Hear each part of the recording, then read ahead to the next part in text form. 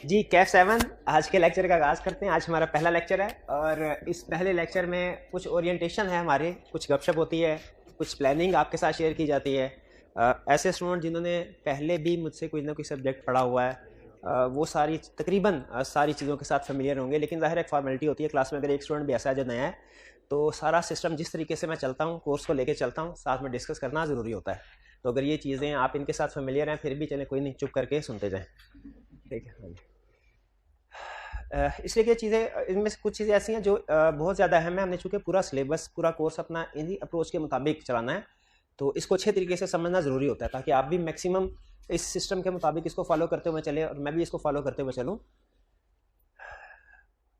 हम इस लेक्चर में डिस्कस क्या करेंगे? टीचर ओरिएंटेशन, कुछ ब्रीफ इंट्रोडक्शन होगा मेरा, सब्जेक्ट ओरिएंटेशन, इसमें हम ज़्यादा टाइम लगाएंगे। मेथोडोलॉजी, ये खास तौर पे अहम है। मेथोडोलॉजी का मतलब हमारा डेली लेक्चर जो है वो किस तरतीब से चलेगा। फिर कुछ टिप्स मैं आपके साथ शेयर करूंगा कि अगर आप फिजिकल के स्टूडेंट हैं तो किस तरीके से मैक्सिमम यूटिलिटी हासिल कर सकते हैं, और अगर ऑनलाइन के स्टूडेंट हैं तो कुछ टिप्स आपके साथ कि कैसे आप ऑनलाइन सिस्टम से मैक्सिमम बेनिफिट हासिल कर सकते हैं। इंस्ट्रक्टर का इंट्रोडक्शन, मेरा नाम मोहम्मद आसिफ है। पढ़ाते हुए मुझे तकरीबन 13 साल से ज़्यादा अरसा हो गया है। आई कैप का मेंबर हूँ, fellow member FCA। Subject introduction ये ज़्यादा ज़रूरी है। सब्जेक्ट की नेचर क्या है? लीगल। लीगल नेचर का मतलब क्या है? याद, इसका मतलब यह है कि हम जो कुछ भी पढ़ रहे होंगे वो लॉ में कहीं ना कहीं लिखा हुआ है। और आपको पता है, अगर मैं आपसे किसी और सब्जेक्ट, जनरल सब्जेक्ट के बारे में डिस्कशन करूं, जैसे मैनेजमेंट का कोई सब्जेक्ट हो, इकोनॉमिक्स का कोई सब्जेक्ट हो, तो उसमें आपको पता है कि इनके ऊपर कोई ऑथेंटिक मटेरियल या ऑथेंटिक गाइडेंस नहीं है। लेकिन जो लॉ है, इसमें जो कुछ भी हम कंसेप्ट स्टडी करेंगे वो लॉ की किसी ना किसी बुक में, किसी ना किसी एक्ट में, ऑर्डिनेंस में जो गवर्नमेंट की तरफ से इशू किया गया होगा उसमें लिखा हुआ है। इसका मतलब ये है कि इसमें हमारा वो जो नॉर्मल थ्योरी का कंसेप्ट होता है ना, कि चलो हमें जो लिखा हुआ है उसमें थोड़ा बहुत ऊंच नीच भी हो जाए तो कोई बात नहीं चलेगा, और नॉर्मली बाजू का चल भी जाता है। लेकिन ये लॉ का पेपर है, इसमें हम अपनी तरफ से चीज़ें ऐड नहीं कर सकते। लॉ ने अगर किसी जगह पे 3 चीज़ों की एक्सेप्शन दी है, हम भी वहां पे 3 चीज़ों की एक्सेप्शन को इंक्लूड करेंगे। और लॉ ने किसी जगह की इजाज़त दी है, किसी जगह पे कोई काम करने की इजाज़त दी है, हम भी वहां पे उसको ओके करेंगे। जिस जगह पे इजाज़त नहीं दी वहां पे नॉट ओके करेंगे। यानी हमें चाहे किसी कंसेप्ट की समझ आए या ना आए, हमने फॉलो उसी चीज़ को करना होगा जो लिखा हुआ है। ये बहरहाल हम कोशिश करेंगे कंसेप्ट को समझते हुए कि जो भी कंसेप्ट्स हैं हमारे सिलेबस में, हमें उसकी रीजन, उसकी लॉजिक वगैरह समझ आती रहे। लेकिन बहरहाल किसी जगह पे अगर आपको ऐसा लगता है कि ये अजीब सी चीज़ लॉ ने दे दी है, तो हम याद रखें उसको अपनी अंडरस्टैंडिंग की बेस पे उसको कैंसिल नहीं करेंगे, बल्कि हमें उसको कवर करना पड़ेगा। इसमें हमें या तो चीज़ें ओके हैं या चीज़ें नॉट ओके है। यानी आप जो भी मैटर लॉ में लिख रहे होंगे, लॉ के पेपर में, या तो वो करेक्ट होगा या इनकरेक्ट होगा। ठीक है, हमारी एक अप्रोच होती है कि थ्योरी के पेपर में, जब मैं स्टूडेंट था तो थ्योरी के पेपर के बारे में मेरी अप्रोच ये हुआ करती थी कि नथिंग राइट नथिंग रॉन्ग, यानी जो मर्जी लिखते जाए, ठीक है, वो आपका कोई पेपर चेक कर लेगा, एग्जामिनर आपको मार्क्स दे देगा। लेकिन याद रखें CA में और खास तौर पे लॉ के पेपर में अप्रोच होती है इधर राइट और रॉन्ग। यानी आप जो कुछ भी लिखेंगे पेपर में या तो ठीक होगा या गलत होगा, दरमियान की सिचुएशन कोई नहीं है। नॉर्मली थ्योरी के पेपर में, बिजनेस मैनेजमेंट में आपके में कोई एडिशनल पॉइंट्स भी आते जाए, आप लिखते जाते हैं। यहां पे इस तरह नहीं होगा।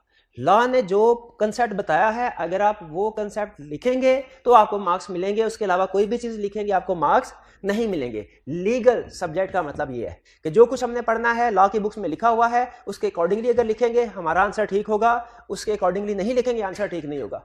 लेकिन याद रखें, यहां पे एक और चीज एक्सप्लेन कर दूं, इससे मुराद ये नहीं है कि लॉ की वर्ड्स में, लीगल वर्ड्स में जो कुछ लिखा हुआ है हमने एज इट इज वैसा ही लिखना है। मैं ये नहीं कह रहा, मैं ये कह रहा हूं लॉ ने जो कंसेप्ट बताया हुआ है, अल्फाज को आप चेंज कर सकते हैं लेकिन कंसेप्ट्स को चेंज नहीं कर सकते। आई कैप ने इस बारे में हमें क्लियर गाइडेंस दी हुई है कि लॉ के पेपर में स्टूडेंट का सबसे बड़ा जो क्वेश्चन होता है ना, सबसे बड़ा क्वेश्चन लॉ के पेपर में वो यही होता है, सर क्या हमें लीगल लैंग्वेज को एज इट इज याद करके लिखना पड़ेगा या अपने अल्फाज में कंसेप्ट को एक्सप्लेन कर सकते हैं?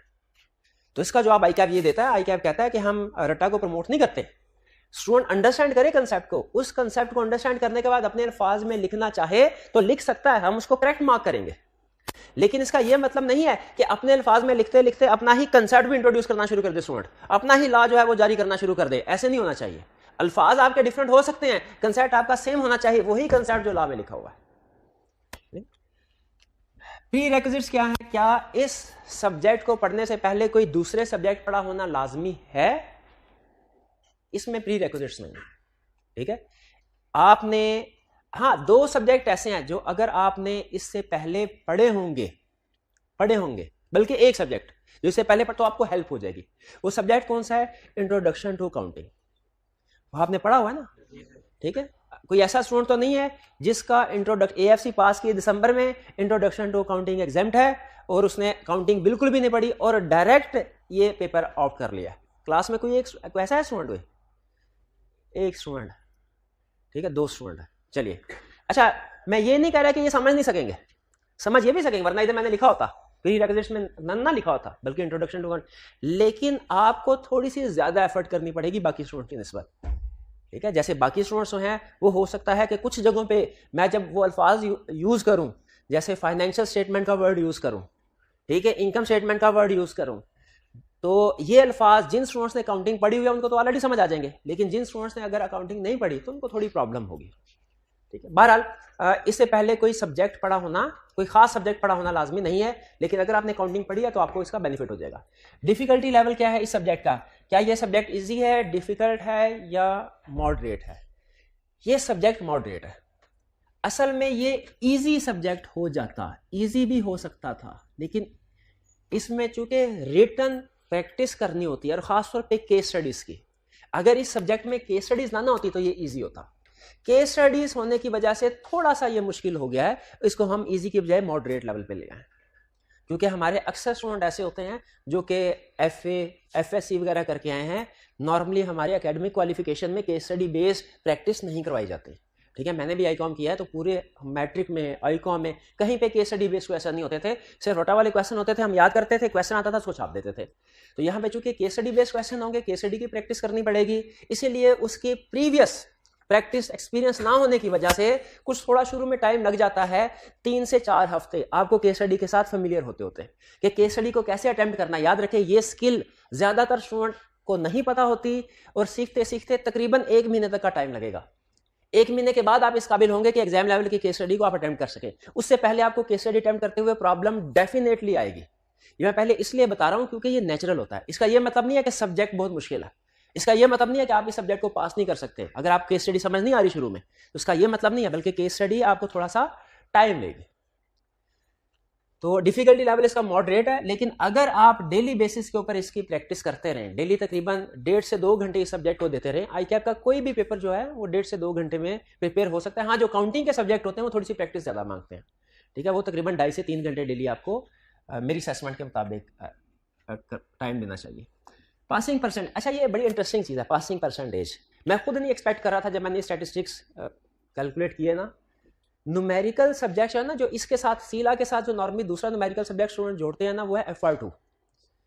अगर आप न्यूमेरिकल सब्जेक्ट के पिछले 8-9 अटेम्प्ट्स का स्टैटिस्टिक्स का एनालिसिस करें और इस कंपनी लॉ के स्टैटिस्टिक्स का एनालिसिस करें, तो आपको एक बड़ी हैरानकुन बात सामने नजर आएगी कि इस पेपर की पासिंग परसेंटेज कम है और जो न्यूमेरिकल सब्जेक्ट है, फॉर एग्जांपल FAR2, इसमें पासिंग परसेंटेज ज्यादा है। हालांकि न्यूमेरिकल सब्जेक्ट ज्यादा मुश्किल होता है, ये मैं खुद कह रहा हूं। ये जो मैं सब्जेक्ट पढ़ा रहा हूं कंपनी लॉ, ये इतना मुश्किल नहीं है। हालांकि मैं अगर चाहता तो आपसे ये भी कह सकता था बड़ा मुश्किल है ये सब्जेक्ट, आपको 3 घंटे पढ़ना पड़ेगा, क्योंकि मुझे पता है 3 घंटे कहूंगा तो आप 2 घंटे पढ़ेंगे, ठीक है। लेकिन जो फेयर सिचुएशन है, फेयर स्टेटमेंट, आपके साथ फेयर स्टेटमेंट, क्योंकि मैं भी एक चार्टर्ड अकाउंटेंट हूं, मुझे पता है कि चार्टर्ड अकाउंटेंट बनने के लिए किस सब्जेक्ट में अंदाजा है कि कितनी मेहनत करना पड़ती है, कौन सा सब्जेक्ट कम मुश्किल है, कौन सा सब्जेक्ट ज्यादा मुश्किल है। तो कंपनी लॉ की निस्बत FAR2 ज्यादा मुश्किल है। आपको कंपनी लॉ की निस्बत FAR2 अगर आपने रखा हुआ उस पर ज्यादा टाइम देना चाहिए, ठीक है। लेकिन अजीब बात यह है कि ज्यादा मुश्किल होने के बावजूद न्यूमेरिकल सब्जेक्ट की पासिंग परसेंटेज ज्यादा है और कम मुश्किल होने के बावजूद, निस्बतन आसान होने के बावजूद पासिंग परसेंटेज कम है। इसकी रीजन सिर्फ है क्या कि स्टूडेंट इस सब्जेक्ट के ऊपर टाइम कम लगाते हैं। एक तो चार्टर्ड अकाउंटेंसी का स्टूडेंट होने की वजह से काउंटिंग फेवरेट सब्जेक्ट होता है, तो काउंटिंग करने बैठते हैं तो करी जाते हैं, टाइम गुजरने का पता नहीं चलता। मेरे अपने साथ इसी तरह होता था, मैं 4-4, 5-5 घंटे बैठा हूं तो बैठा रहता हूँ, कैलकुलेशन करता जब मैं स्टूडेंट था। और थियरी जैसे ही पढ़ता था 15 मिनट के बाद बोर हो जाता था, कभी ध्यान इधर चला जाता था, कभी इधर चला जाता था, कभी मैं कहता था जरा चक्कर लगा के आता हूं, घूम के आता हूं। तो थ्योरी जो है ना, थ्योरी इसको टिक के पढ़ना ये थोड़ा सा मुश्किल होता है, और लिखने का तो बिल्कुल ही दिल नहीं ना करता। अब बंदा कहता है यार याद कर लिया, मैंने याद कर लिया, बस काफी हो गया, लिख वही जो याद किया वही लिखना है ना, तो उससे क्या कोई नई चीज थोड़ी हो जाएगी, वैल्यू ऐड थोड़ी होगी, बस याद कर लिया ये काफी है। न्यूमेरिकल में जैसे जैसे क्वेश्चन करते हैं बैलेंस शीट टैली होती जाती है, बड़ा मजा, वो ये बैलेंस शीट में सुपर चार्टर्ड अकाउंटेंट बन गया, अगला सवाल, अगला क्वेश्चन, ठीक है, नेचुरल है ना। तो यहाँ पे स्टूडेंट को एक तो ये सब्जेक्ट स्टूडेंट का फेवरेट होता है, ये लेस फेवरेट है, इस पे स्टूडेंट एफर्ट ज्यादा करता है, इस पे कम करता है। आप खुद भी अगर अपना प्रीवियस एक्सपीरियंस देख लें, सीए में जितनी भी आपने मेहनत की है, आप खुद कैलकुलेट कर ले, न्यूमेरिकल सब्जेक्ट में कितना टाइम लगाया, थ्योरेटिकल में कितना लगाया, आपको वाज़ेह फर्क खुद पता चल जाएगा। किसी और की एग्जांपल की आप अपनी वैल्यूएशन कर ले। इसी वजह से हमें, इस वजह से नहीं है पासिंग परसेंटेज कम की मुश्किल है, इस वजह से स्टूडेंट मेहनत नहीं करता। और केस स्टडी याद रखें, जब तक लिखेंगे नहीं ना, लिखेंगे नहीं, कंफर्म है आपको केस स्टडी अटेम्प्ट करनी नहीं आएगी, नहीं आएगी। बहुत से स्टूडेंट ऐसे हैं, ये बातें इसलिए स्टार्ट में कर रहा हूं क्योंकि स्टार्ट में करने का फायदा है ना, एंड में आपको ये बातें बताई तो फिर खुदा ना लड़ के बाद मैंने आपको बातें बताई कि ये करना है, तो उसमें क्या फायदा। स्टूडेंट आते हैं, कहते हैं सर पेपर दिया है, क्वेश्चन सारे आते थे मुझे, लेकिन कुछ क्वेश्चंस को अटेम्प्ट कैसे करना है ये नहीं पता चला। केस स्टडी आती थी मुझे इतना पता चल गया था इसमें इस पार्टी का फॉल्ट है और ये काम इस तरीके से होगा, लेकिन उसको लिखना कैसे है ये मुझे समझ नहीं आई, उधर मैं लिख नहीं पाया। तो याद रखें, बड़ा सादा असूल है कि जो हाथ आपका 6 महीने में नहीं ना चला इस सब्जेक्ट में, वो 3 घंटे में भी नहीं चलेगा। आपने अगर 6 महीने में तैयारी ज़बानी कलामी की है ना, कंसेप्ट सिर्फ दिमाग में रखे हैं, उनको हाथ के जरिए से पेज पे नहीं उतारा, तो फिर एग्जाम में भी 3 घंटे में वो कंसेप्ट हाथ के जरिए से पेज पे नहीं उतरेगा, वो सिर्फ आपके माइंड में चलता रहेगा। आपको पता चल जाएगा इसमें यस करना है कि इसमें नो करना, प्रेजेंटेशन क्या करनी है, सेंटेंस स्ट्रक्चर क्या होना चाहिए, ये नहीं पता चलेगा। इसीलिए मेरी सजेशन ये है कि न्यूमेरिकल सब्जेक्ट को भी टाइम दे, बिल्कुल दें, इस सब्जेक्ट से ज्यादा टाइम दें, मैं खुद भी यही कह रहा हूं, लेकिन जो इस सब्जेक्ट का ड्यू टाइम है ना, वो इसको जरूर दें। आधे घंटे में अगर कंसेप्ट याद हो गया है तो ये ना समझे हक अदा हो गया, बल्कि जो उस कंसेप्ट के नीचे 5 पेपर के क्वेश्चंस हैं उनको भी लिखें। रिटन प्रैक्टिस जितनी ज्यादा करेंगे ना, उतना पास होने का चांस उतना ही ज्यादा बढ़ेगा। अगर आप मेरे से पूछे ना सर रीजन तो और भी बड़ी होंगी, हर दफा एग्जामिनर कमेंट्स आते हैं, एग्जामिनर रीजन ऑफ फेलियर बताता है, आपने भी इकट्ठी करके कुछ लिखी हुई है, हमें बता दी, सारी बातें छोड़ें, 2 और बात बताएं कौन सी रीजन है सबसे अहम जो स्टूडेंट के फेल होने का बायस बनती है थ्योरेटिकल सब्जेक्ट में, तो मैं कहूंगा वो रीजन है रिटन प्रैक्टिस ना करना। रिटन प्रैक्टिस, आपके साथ कभी काउंटिंग के पेपर में ऐसा हुआ कि क्वेश्चन सामने आया है और आपको पता ना चला वो स्टार्ट कहां से करना है? कभी नहीं, क्योंकि आप प्रैक्टिस करते रहते हैं, कर करके आपको पता चल जाता है कि मैंने फॉर्मेट क्या बनाना है, शुरू कहां से करना है, एंड कहां से करना। तो यही प्रैक्टिस जिस तरीके से आप हर टॉपिक, अकाउंटिंग का एक टॉपिक हो ना, उसके बेतहाशा क्वेश्चन प्रैक्टिस करते हैं, कोई 20, 30, 40 क्वेश्चन, उसी तरह आपने इस सब्जेक्ट के भी जो भी कंसेप्ट कवर किया है उसके रिटन फॉर्म में क्वेश्चन प्रैक्टिस करने हैं। प्रैक्टिस करेंगे पास होने का चांस बढ़ता जाएगा, प्रैक्टिस नहीं कर, जिस सब्जेक्ट की प्रैक्टिस करते रहेंगे उसके पास होने का चांस बढ़ता जाएगा, जिस सब्जेक्ट की रिटन प्रैक्टिस नहीं करेंगे उसके पास होने का चांस कम होता जाएगा, चाहे वो आसान क्यों ना हो और चाहे ये मुश्किल क्यों ना हो। आगे चलते हैं, पेपर स्ट्रक्चर कैसा होगा। पेपर हमारे सामने आएगा 100 मार्क्स का, आपको पता है हर पेपर आईकैप का 100 मार्क्स का होता है। और दूसरा, क्या आईकैप के किसी पेपर में कोई ऑप्शनल क्वेश्चन होता है कि 11 में से 10 क्वेश्चन कर लो? कभी नहीं होता। किस वजह से नहीं होता भला? आईकैप चाहता है आप सिलेक्टिव स्टडी ना करें। आईकैप ने अगर आपको 20 क्वेश्चन में से 19 भी कहा ना करो और एक क्वेश्चन ऑप्शनल है, आप सिलेक्टिव स्टडी की तरफ चले जाएंगे। अच्छा, एक क्वेश्चन ऑप्शनल है, हो सकता है वो इस चैप्टर में से आना, इस चैप्टर को छोड़ देता हूं मैं। आईकैप सिलेक्टिव स्टडी को सबसे ज्यादा डिस्करेज करता है। मेरा पूरे सीए कैरियर का एज स्टूडेंट भी एज टीचर भी जो एक्सपीरियंस है ना, वो ये है कि अगर आईकैप के सिलेबस में 100 कंसेप्ट्स है ना और हर कंसेप्ट्स के 100 लेवल है, तो वो स्टूडेंट जिसने 70 कंसेप्ट किए 100% लेवल पे, 100% डेप्थ पे, कंसेप्ट कितने किए 70, डेप्थ कितनी 100%, वो पास हो सकता ना हो पाए। लेकिन जिसने 100% कंसेप्ट किए, डेप्थ 70% है, वो पेपर को पास कर लेगा। यानी आईकैप सिलेबस कवरेज को ज्यादा पसंद करता है। सिलेबस सारा आपने कवर करना है, हाँ उसके अंदर प्रैक्टिस करते हुए, लाजमी नहीं कि हर चैप्टर में से आप एक एक चीज एक एडजस्टमेंट करें, ठीक है? चैप्टर सारे करने हैं, हर चैप्टर के अंदर 1-2 चीजें रह गई, ये स्टूडेंट पास हो जाएगा। लेकिन वो स्टूडेंट जिसने हर चैप्टर पूरा किया है लेकिन एंड में जाके 2 चैप्टर छोड़ दिए, उसका पास होना मुश्किल है। इसको बड़े आसान अल्फाज में एक दफा उसने एग्जामिनर कमेंट्स में मिसाल दी। उसने कहा एक स्टूडेंट है जिसने 6 क्वेश्चन 50% किए, एक स्टूडेंट है जिसने 3 क्वेश्चन 100% किए। बताइए कौन सा स्टूडेंट पास होता है भला? पहले वाला। जो 6 क्वेश्चन 50% तक। तो इससे हमें क्या सबक मिलता है कि हमने सिलेबस कवरेज की तरफ ध्यान देना है, ठीक है। डेप्थ ऑफ द चैप्टर की तरफ इतना ध्यान वो कम अहम है, ठीक है। मैंने एक दफा CFAP लेवल पे एक सब्जेक्ट तैयार करा था, बड़ी मेहनत की मैंने उस सब्जेक्ट में, लेकिन फेल हो गया। उसकी रीजन पता क्या थी?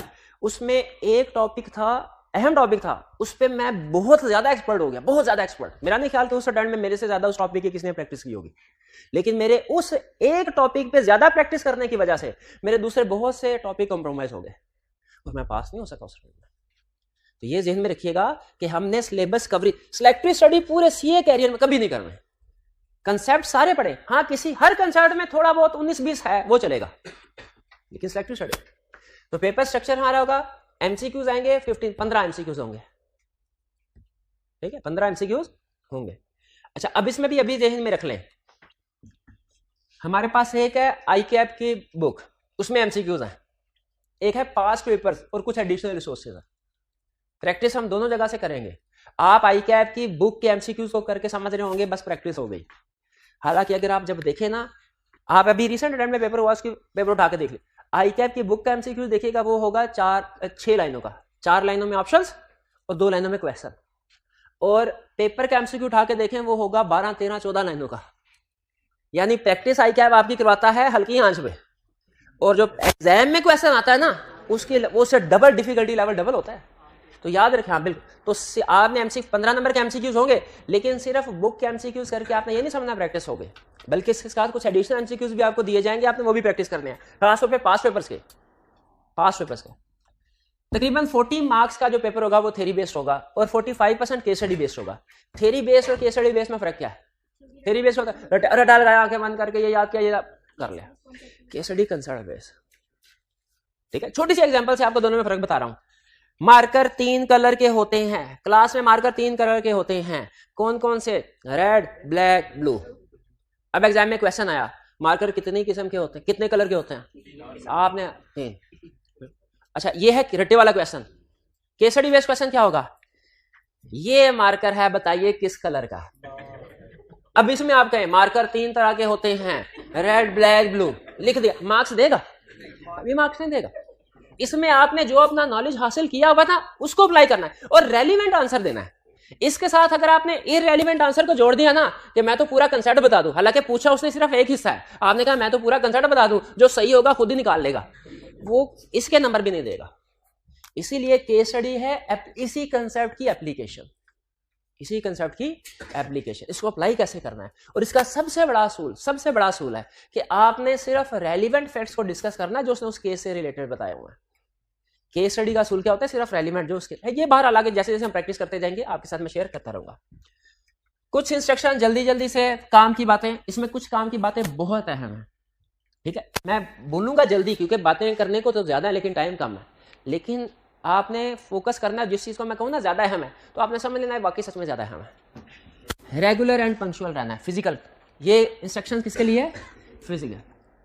ऑनलाइन वाले स्टूडेंट के लिए पंक्चुअल होना जरूरी नहीं है, वैसे हो तो बेहतर है, रेगुलर हो तो, लेकिन फिजिकल वाले आपके पास ऑप्शन ही कोई नहीं है। आपके अगर 10 मिनट की क्लास मिस हुई ना, आपके पास कोई ऑप्शन नहीं है उसको कंपनसेट कर सके। ऑनलाइन वाले स्टूडेंट के पास ऑप्शन होती है, ठीक है। सुबह चलो नहीं ले सका, दोपहर को लेक्चर ले लेगा, दोपहर को नहीं ले सका शाम को ले लेगा, किसी वजह से पूरा दिन निकल गया, अगले दिन 2 लेक्चर ले सकता है। हालांकि यही फ्लेक्सिबिलिटी उसके लिए नुकसान का बायस भी बन जाती है, लेकिन बहरहाल आपके पास तो चांस ही कोई नहीं है। रेगुलर का मतलब क्या? डेली आना है। पंक्चुअल का मतलब क्या? टाइम पे आना है, ठीक है। आप एक दिन छुट्टी करें ना, पास होने का चांस आपका 2% कम हो जाता है। हमारे तकरीबन 90 लेक्चर्स होंगे, आपने अगर 45 डेज छुट्टियां की तो आपके पास होने का चांस 0% हो जाएगा, ठीक है ना, पास होने का। हालांकि 45 क्लासेस ली होंगी, लेकिन क्यों भला भाई? अगर 40 मार्क्स आ गए, 45 आ गए तो फेल ही हैं। 1 मार्क 1 नंबर आया पेपर में या 49 नंबर आए, एक बराबर है कि कोई फर्क है? एक बराबर, पास नहीं हो सके, ठीक है। इसीलिए आपने रेगुलर रहना है, छुट्टी नहीं करनी, पंक्चुअल टाइम पे आना, क्लास में अटेंटिव होना है। अटेंटिव का मतलब क्या है? टीचर के ऊपर फोकस करना है। दिमाग में बहुत सी चीजें आ रही होती है, हम इधर क्लास में बैठे होते हैं ना, देखिए आप भी इंसान है, मैं भी इंसान हूं, मैं भी इसी सोसाइटी में, इसी दुनिया में, इसी शहर में रहता हूं, आप भी रहते हैं, पता है। हम सबके घरों में कुछ ना कुछ अप डाउन चल रहा होता है, इंसान है ना, जिंदगी अप्स डाउन हो रहा है, तो माइंड बाजुकात इधर उधर हो रहा होता है, अच्छा ये चीज ज़हन में आई, ये चीज ज़हन में। लेकिन हम इस वक्त क्लास में जब बैठे हैं ना, तो आप प्रैक्टिस करना सीखे, फोकस होके, कि जिस वक्त क्लास में बैठे हैं उस वक्त जहन में किसी चीज को नहीं आने देना, और प्रैक्टिस से आप इस चीज को इंप्रूव कर सकते हैं। फोकस होके क्लास में, खास तौर पे फोकस होने के लिए कह रहा हूं। आपको पता है रिसर्च की गई एक दफा, और रिसर्चर ने यह बताया कि इंसान जब कोई काम कर रहा होता है ना, तो उसका ध्यान जहन भटकता है बहुत सी चीजों की वजह से। आप पढ़ रहे हैं, बाहर सड़क से कोई बंदा गुजरा, उसकी आवाज आना शुरू हो गई, घर वालों में से किसी ने कोई टीवी लगा दिया, उसकी आवाज ऊंची कर दी। ये सारी चीजें डिस्ट्रैक्शन होती हैं। दुनिया में सबसे ज्यादा डिस्ट्रैक्टिंग डिवाइस है मोबाइल। मोबाइल आपका दुनिया में सबसे ज्यादा डिस्ट्रैक्ट, इससे ज्यादा और कोई चीज आपकी टेंशन को डाइवर्ट नहीं करती। इसलिए कोशिश करें। मैंने जब ये सुना तो थोड़ा सा मैंने सोचा, तो मुझे ये बात ठीक लगी, और उसके बाद आहिस्ता आहिस्ता मैं ये प्रैक्टिस कर रहा हूँ। हालांकि बहुत मुश्किल काम है, लेकिन मैं आहिस्ता आहिस्ता प्रैक्टिस कर रहा हूँ कि मोबाइल को अपनी जिंदगी से निकाल दो, मिनिमम यूज हो। मुश्किल है, क्योंकि बाज़ औक़ात फैमिली मेंबर दूसरे लोग वो नाराज हो जाते हैं कि अहम काम था, तुम्हें कॉल की तो तुमने उठाई नहीं, तो फायदा तुम्हारे मोबाइल का, या तुम्हारा क्या फायदा। मैं दिल में कहता हूँ भाई, मैं तुम्हारी वजह से थोड़ी दुनिया में पैदा हुआ हूँ, तुम्हारी खिदमत कर रहे हैं। तो कोशिश करें मोबाइल को अपनी जिंदगी से जितना इसका इस्तेमाल कम कर सकते हो करें, ठीक है। और खास तौर पे क्लास में जब आप आ जाएं तो आपने मोबाइल को इस्तेमाल नहीं करना। क्लास में ये मोबाइल सामने अगर पड़ा भी हुआ है ना, तो कुछ भी मैसेज नहीं ना आया, थोड़ी थोड़ी देर बाद ध्यान जरूर जाएगा, कोई मैसेज तो नहीं आया, मैं जरा ऑन करके देख लूं, हो सकता है कोई अहम मैसेज आया हो। और बाज़ का आया भी होता है जैज की तरफ से, तो कभी फूड पांडा की तरफ से, तो बंदा कहता है अच्छा देख लो, शायद कोई ऐसी सुपर ऑफर आ गई है कि मेरी जिंदगी बन जाएगी इसकी वजह से, सीए से जान छूटेगी। हाँ, पढ़ के देख लेते हैं। तो मोबाइल जो है, इसको कम से कम क्लास में आपने बिल्कुल इस्तेमाल नहीं करना। फिर जितने ज्यादा से ज्यादा हो सके क्वेश्चंस करें, ठीक है। मैं हर टॉपिक के साथ आपको टाइम दिया करूंगा, आपसे पूछूंगा कोई क्वेश्चन है तो पूछ लें, आपने झिझकना नहीं है। देखिए यहाँ पे हम सब सीखने के लिए बैठे हैं, ठीक है। और एक फैमिली की तरह यूं समझे कि हम सारे एक जैसे बहन भाई बैठे हैं, सीख रहे होते हैं, उसी तरह से आप एनवायरनमेंट क्रिएट करें। जो आपके जहन में क्वेश्चन आता है, आप बगैर किसी फियर के पूछें। आपको ये डर नहीं होना चाहिए कि सर क्रिटिसाइज कर देंगे, या हो सकता है मैं सवाल पूछूं इतना बोलूंगा सवाल होगा कि दूसरे हंसना शुरू हो जाए। नहीं, जब तक आप सवाल नहीं पूछेंगे आप चीजों को सीख नहीं सकते, याद रखें। तो सवाल पूछने से हरगिज ना घबराया करें। और ये सिर्फ क्लास में नहीं, पूरी जिंदगी का असूल बता रहा हूँ। जो चीज समझ में नहीं है पूछ ले। हमने भी अपने सीनियर से पूछा है, पूछ के चीजें इस मुकाम पे पहुंचे हैं कि हमें कुछ चीजें पता है और आपको सिखाने के काबिल है। उस तरह आप भी जितना ज्यादा हो सके क्वेश्चंस किया करें। वीकली टेस्ट जरूर अटेम्प्ट करें। जैसे मैंने आपको बताया, अगर आप मेरे से पूछे ना सर एक रीजन बताएं, रीजन तो और भी बड़ी होंगी, एग्जामिनर ने बताई है, आपके तजर्बे में आई है, हमें एक है, तो मैं कहूँगा रिटन प्रैक्टिस ना होना। वीकली टेस्ट में स्टूडेंट क्या एक्सक्यूज देते हैं, सर अभी तैयारी नहीं है, अगर एक हफ्ता और मिल जाए ना तो बड़ी अच्छी तैयारी हो जाए, फिर टेस्ट दूंगा, अगला टेस्ट पक्का वादा बेहतरीन तैयारी करके दूंगा। वो कभी बेहतरीन तैयारी नहीं होती, सेशन खत्म हो जाता है। तो वीकली साथ साथ देखें, पास होना जरूरी नहीं है। मैं आपको एक चीज बता दूं, इसमें हमने कौन सा आपको कोई आपका टेस्ट बड़ा अच्छा हुआ मैं निशाने हैदर थोड़ी देना, आपको कुछ भी नहीं होना। अगर आपने सिर्फ 5 क्वेश्चन है, आपको सिर्फ एक क्वेश्चन आता है, आप वो भी कर लें, उसमें भी आपकी कोई गलती निकली और आपको पता चल गया, तो आपके लिए इंप्रूवमेंट का चांस है, आप उससे सीख लें। एक क्वेश्चन करने का भी फायदा हो जाएगा। आपकी तैयारी लाजमी नहीं है कि पासिंग लेवल की हो तो फिर आप टेस्ट दें, नहीं। अगर आपकी तैयारी बिल्कुल भी नहीं है, 20% भी तैयारी है ना आपकी, आप टेस्ट दे दीजिए, कुछ ना कुछ चीज सीखने को मिलेगी। और कुछ ना सही यही पता चल जाएगा कि एग्जाम में जाके जब क्वेश्चन पेपर पढ़ रहे हो ना और ना आता हो तो क्या गुजरती है दिल में, कम से कम ये तो पता चल जाएगा। टेस्ट जरूर दें। फिर इसके बाद जो स्टूडेंट फिजिकल वाले हैं खास तौर पे, वो अपने हॉस्टल को सेलेक्ट करते हुए और रूममेट्स को सेलेक्ट करते हुए बहुत खास तवज्जो दें। ये गलत डिसीजन, चाहे ये बज़ाहिर दिखने में पढ़ाई से रिलेट नहीं कर रहा, लेकिन बात कुछ स्टूडेंट आते हैं वो ऐसी ऐसी बातें जाने रोने वाले होते हैं, कहते हैं सर हॉस्टल जो है ना वो सही जगह पे नहीं है, जो रूममेट है ना वो पढ़ने वाला नहीं है, तो तबाह करके रख दी मेरी भी पढ़ाई। तो कोशिश करें ये डिसीजन सही करें। मोबाइल का मैंने ऑनलाइन वाले स्टूडेंट जो देख रहे हैं, इनके लिए कुछ इंस्ट्रक्शंस। सबसे पहले देखें, बताना मेरा फर्ज है और वो मैं बताऊंगा, अमल करना ना करना आपकी मर्जी है। दिल करे अमल कीजिएगा, दिल ना करे अमल ना कीजिएगा, आपकी मर्जी। लेकिन जो बातें बता रहा हूं लिखी पढ़ी बातें हैं, तजर्बे की बातें हैं, बिला वजह नसीहत नहीं कर रहा। आपके पास 2 ऑप्शन हैं ऑनलाइन वाले स्टूडेंट्स, 2 ऑप्शन, या तो आप मोबाइल के ऊपर इन लेक्चर्स को देख सकते हैं या लैपटॉप और कंप्यूटर के ऊपर। मोबाइल में फंक्शनैलिटी कम होती है और जैसा मैंने बताया मोबाइल मोस्ट डिस्ट्रैक्टिंग डिवाइस है। आप लेक्चर देख रहे होंगे, कभी किसी का मैसेज आ रहा होगा, कभी किसी का मैसेज आ रहा होगा, कभी आप कहेंगे अच्छा ये लफ्ज़ सर ने बोला, मैं जरा इसका गूगल में ट्रांसलेशन देख लूँ, गूगल पे जाएंगे, गूगल से कुछ पता नहीं चलेगा कब यूट्यूब पे निकल गए, यूट्यूब से कुछ पता नहीं चलेगा कब फेसबुक पे चले गए, कब व्हाट्सएप पे चले गए, कब विकीपीडिया पे चले गए, कब ब्लैक होल पे रिसर्च करना शुरू कर दी, 2-2.5 घंटे बाद पता चलेगा मैं तो लेक्चर देने के लिए बैठा था, फिर दोबारा वापस चले। ऐसे होता मेरे बात मेरे साथ ऐसे होता।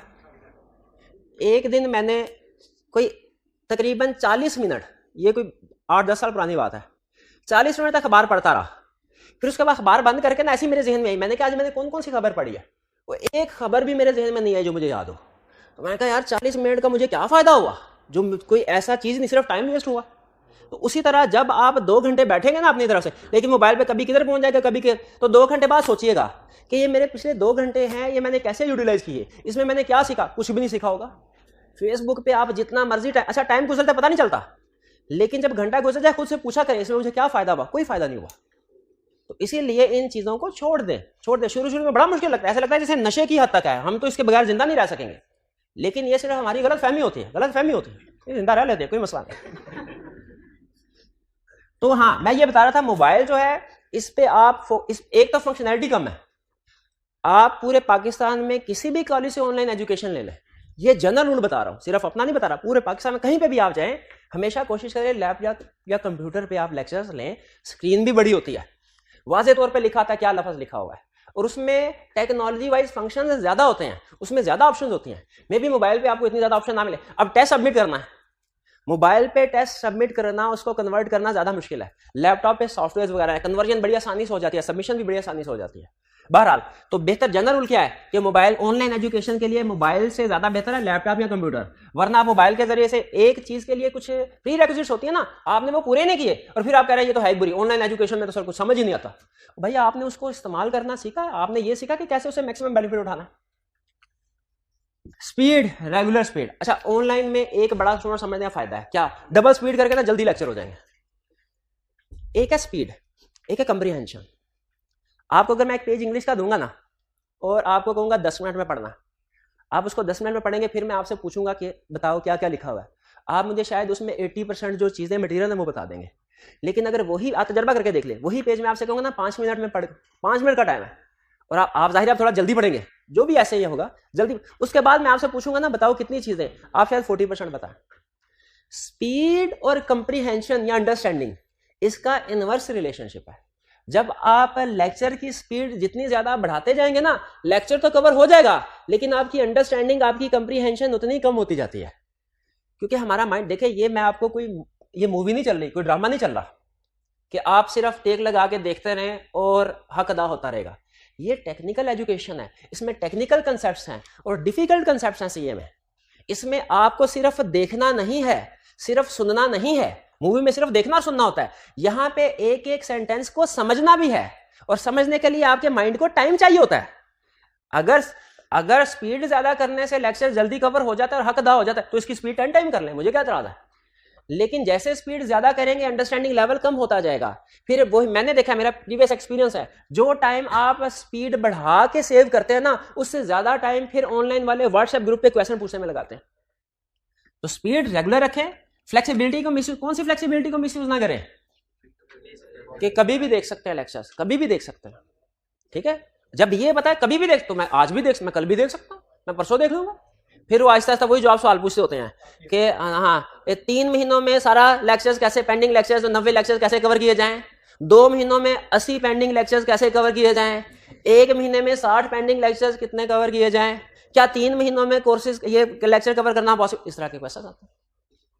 तो अगर आप पहले दिन से ही जैसे फिजिकल, मैंने जितने भी जो स्टूडेंट आते हैं ना उनसे बात को एक्सपीरियंस, हम फीडबैक लेते हैं, वो कहते हैं सर ऑनलाइन एजुकेशन ना ये डबल एजेड वेपन है, इसका जो सबसे ज्यादा फायदा है ना, सबसे बड़ा फायदा वही इसका सबसे बड़ा नुकसान भी है कि हम रिलैक्स हो जाते हैं। तो जो स्टूडेंट सेल्फ रेगुलेटेड है ना, सेल्फ रेगुलेटेड मतलब खुद से जबरदस्ती बैठ सकता है और रोज का रोज लेक्चर पढ़ सकता है, उसके लिए ऑनलाइन सिस्टम बेहतरीन है। लेकिन जो सेल्फ रेगुलेटेड नहीं है, वो रिलैक्स होने का आदी है, वो डेडलाइंस मीट करने की आदत नहीं है, उसको डिले करने की आदत है, उसके लिए ऑनलाइन एजुकेशन वर्स्ट एक्सपीरियंस होगा। तो कोशिश करें जो ऑनलाइन वाले स्टूडेंट्स हैं डेली का डेली काम करें और मोबाइल फोन से दूर रहें, मोबाइल फोन से दूर रहें। ये मैं इसके ऊपर मेरा कभी कभी दिल करता है पूरा एक लेक्चर जो है ना इस पॉइंट के ऊपर आपको बताऊं, इसके प्लस माइनस, लेकिन है छोड़े, नहीं कल नहीं करें, खत्म कहानी। आप कभी ये जो बड़े बिल गेट्स है या दूसरे इनकी हिस्ट्री जरा पढ़े ना, आपको अंदाजा होगा। ये अपने बच्चों को मोबाइल फोन से दूर रखते हैं, ठीक है। 12,000 छोड़ें इसको, आगे चलते हैं। हाँ जी, हाँ ये एक अहम चीज सर, यूट्यूब पे खासतौर पे ऑनलाइन वाले स्टूडेंट्स के लिए अहम है। क्या सर, यूट्यूब पे भी लेक्चर पढ़े हुए हैं सर, सिलेबस में कोई चेंज तो नहीं आया? थोड़ा सा चेंज है सर, पिछले वाले लेक्चर चल जाएंगे? अच्छा चल जाएंगे। मैं खुद ये स्टेटमेंट के बारे में, सिलेबस में चेंज है, कुछ लीगल प्रोविजन चेंज हुई हैं, लेकिन अगर आपको पता है लीगल प्रोविजंस क्या हैं, किस किस जगह पे है, तो सिलेबस में ज्यादा चेंज नहीं होता। लेकिन याद रखें, सिर्फ अपनी बात नहीं कर रहा, पूरे सारे जितने भी हमारे प्रोफेशन के टीचर्स हैं सबकी बात कर रहा हूं। अगर आप अफोर्ड कर सकते हैं ना, अफोर्ड कर सकते हैं, तो ऑफिशियल सोर्स से लेक्चर लेना ज्यादा बेहतर है यूट्यूब की निस्बत। अब मैं आगे रीजन बताने लगा, और मैं कोशिश करूंगा रीजन बताते हुए न्यूट्रल रहूं। कहीं आप ये ना समझे सर अपनी दुकान की बिक्री बढ़ाने के लिए बात कर रहे हैं। अगर दुकान की बिक्री बढ़ानी होती ना, तो जिस वक्त सेल का टाइम था उस वक्त ये वीडियो बना के आपके साथ शेयर करता। अब तो सबने डिसीजन कर लिया हुआ, जिसने जिस जगह पे स्टूडेंट ने एडमिशन लेना था ले लिया, उधर बैठ गया हुआ। तो मेरे ये शेयर करने का मकसद ये नहीं है कि स्टूडेंट ज्यादा से ज्यादा है, बल्कि मैं आपको डिफरेंस बताना चाहता हूं। अगर कोई स्टूडेंट अफोर्ड नहीं कर सकता तो याद रखें, किताब से पढ़ने की निस्बत खुद से किताब से तैयारी करने से बेहतर है कि यूट्यूब से किसी भी टीचर के लेक्चर देख लिए जाए, जो स्टूडेंट अफोर्ड नहीं कर सकते। लेकिन जो स्टूडेंट अफोर्ड कर सकते उसके ज्यादा बेहतर क्यों भला? सुन लें, ICAP ने सीला में कुछ रिवीजन किए हैं, ठीक है। वो रिवीजन ज्यादा नहीं, समझ 10% के करीब है रिवीजन किए, लेकिन ICAP की एक आदत है कि जब रिवीजन करता है ना, तो रिवीजन को टेस्ट करता है। ये जनरल रूल है, जिस सब्जेक्ट में जो हुआ है ना, वो उस अटेम्प्ट में टेस्ट होने का चांस होता है, ठीक है। तो चांसेस हैं कि रिवीजन चाहे कम हुई है, लेकिन एग्जाम में क्वेश्चन आ सकता है। दूसरी रीजन, स्टार्ट में हो सकता है इतनी रिवीजन ना हुई हो, आपको कोई आपने 2-3 अटेम्प्ट्स तो आप लोगों ने दी होंगी ना। आपने कभी नोट किया कि सम टाइम ऐसा होता है कि ड्यूरिंग दी सेशन भी ICAP सिलेबस को रिवाइज कर लेता है, कोई नई चीजें ऐड करवा देता है, सिलेबस को चेंज कर, ऐसे होता है ना। तो याद रखिए, ये हमेशा आपके सर पे तलवार लटकी रहेगी। यूट्यूब लेक्चर पे जब आप जाएंगे, तलवार लटकी क्या कि सिलेबस में कोई रिवीजन तो नहीं आ गई, और सिलेबस में अगर रिवीजन इवन स्टार्ट में नहीं भी आई तो दरमियान में तो कोई रिवीजन नहीं आ गई, और अगर रिवीजन आ गई है तो ICAP का भी फोकस होगा रिवीजन को टेस्ट करने के लिए, आपके लिए प्रॉब्लमेटिक हो सकता है, ठीक है। लेकिन अगर ऑफिशियल सोर्स के साथ किसी टीचर से, तो आपको पता है कि अब सारी की सारी जिम्मेदारी उस्ताद की है। मेरी तरफ से जितना मर्जी बड़े से बड़े रिवीजन आ जाए, मैं स्कूल से सोया हुआ हूं, क्यों? उस्ताद जाग रहा है, उसको पता है कि रिवीजन मेरी जिम्मेदारी है, मैंने अपने स्टूडेंट को करवानी है। तो एक पीस ऑफ माइंड होता है बड़ा। अगर आप फर्ज कीजिए स्टूडेंट हैं, ऑफिशियल किसी टीचर के साथ अटैच है, तो फिर तो घर जाके स्कूल से सो जाए कि जो भी रिवीजन आएगी टीचर देख लें। लेकिन फर्ज कीजिए अगर आप ये यूट्यूब का लेक्चर देख रहे हैं, तो मैं ये नहीं कह रहा कि लाजमी तौर पे किसी, अगर अफोर्ड नहीं कर सकते बिल्कुल इसको कंटिन्यू करें, लेकिन फिर एक काम करें, किसी ऐसे स्टूडेंट के साथ जुड़ जाएं जो करंटली किसी टीचर से क्लासेस ले रहा है, ताकि सिलेबस में जो ऊंच नीचे जब कभी भी आए आपको पता चल सके, आपका नुकसान ना हो।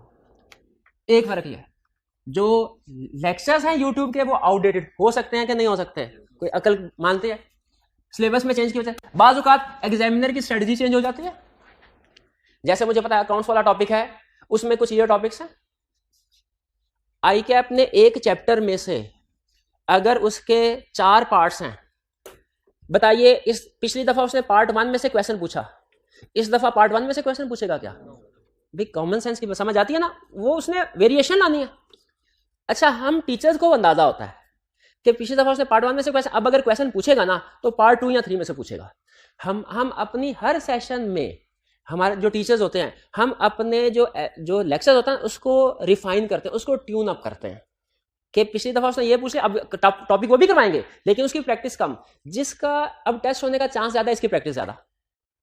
अब अगर आप प्रीवियस लेक्चर यूट्यूब वाले देख रहे होंगे तो उसमें तो जो ट्यून अप जिस टॉपिक को करवाया हुआ था वो तो निकल गया, अब दूसरे टॉपिक की बारी है, अब आपको वो चीज नहीं मिल सकेगी।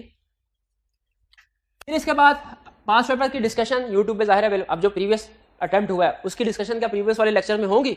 वो कभी भी नहीं होगी। एडिशनल स्टडी मटेरियल प्रोवाइड नहीं, आपके पास यूट्यूब पे जब आप जाते हैं आपके पास मैक्सिमम 2 चीजें होती हैं, मैक्सिमम 2 चीजें क्या? वीडियो लेक्चर और ज्यादा से ज्यादा नोट्स, जो कि अक्सर कंप्लीट नहीं होते। लेकिन क्लास में आप नोट कीजिएगा, आपको 2 नहीं 3 नहीं 4 नहीं इंशाल्लाह 6-7 रिसोर्सेज मिलेंगे, और वो क्या होंगे वो मैं आहिस्ता आहिस्ता आपके साथ शेयर करूंगा, अभी नहीं कर रहा। टीचर के साथ इंटरेक्शन नहीं है। मुझे बताइए, क्या मैं जो कुछ आपको समझाऊंगा आपको 100% समझ आ जाएगा कि पूछने की जरूरत पड़ेगी? पूछने की जरूरत पड़ेगी। क्लास में है पूछ सकते हैं, ऑनलाइन के स्टूडेंट है पूछ सकते हैं जवाब मिल, लेकिन अगर यूट्यूब वाले हैं पूछ सकते हैं?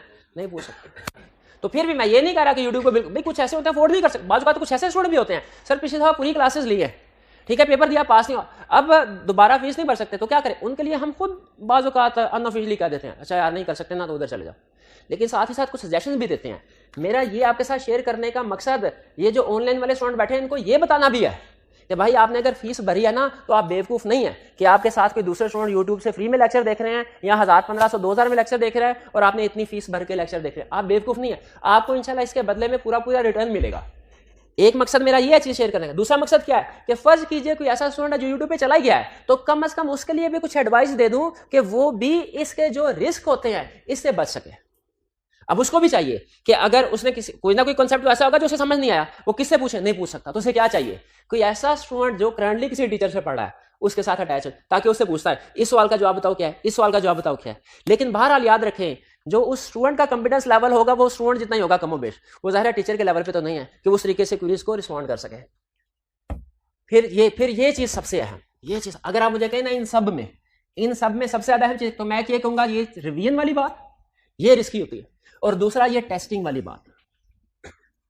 आप देखें टीचिंग जो है ना ये 1 वे नहीं होता, ये 2 वे होता है। मेरा सिर्फ समझा देना आपको काफी नहीं है, मुझे ये भी पता चलना चाहिए आपको कितनी समझ आई है, एग्जाम लेवल पे आपकी प्रिपरेशन हो रही है कि नहीं, वो मुझे कैसे पता चलेगा, आपके टेस्ट से। इवन आपको खुद भी नहीं पता कि टॉपिक आपको कितना समझ में आया जब तक कि आप उसका टेस्ट ना दे दें, ठीक है। तो क्लास में किसी भी टीचर के साथ जब आप अटैच होते हैं उसमें तो आप टेस्टिंग एंड फीडबैक आपको मिलता रहता है, लेकिन जब आप इधर उधर दूसरे सोर्सेज की तरफ जाते हैं तो उसमें आपके ना टेस्ट होता है, ना फीडबैक होता है, ना आपको सजेशंस मिलते हैं, और जाहिर है फिर इलीगल और अनएथिकल तो काम है ही। चलें बहरहाल ये सारी बातें साइड पे, आपने कौन सा अमल करना है इसके ऊपर, जो चलता है दुनिया का सिस्टम है वैसे ही चलता रहना है, लेकिन आपको बताया बहरहाल बताना फर्ज होता है। अगर आप उधर जा भी रहे हैं तो इन चीज़ों का आपने ध्यान रखना है, रिवीजन के ऊपर नजर होनी चाहिए आपकी खुद से, टेस्टिंग फीडबैक क्वेश्चनिंग इसका अरेंजमेंट करके, अगर अरेंजमेंट है तो फिर उस तरफ जाएं, वरना रिस्की है। हाँ अब आप आ रहे हैं मेरे पास, आपने क्लास अटेंड कर रहे हैं, तो आपको पता होना चाहिए कि आपको इसके बदले में क्या सर्विसेज मिल रही हैं, मेरी प्रोफेशनल रिस्पॉन्सिबिलिटीज़ क्या हैं।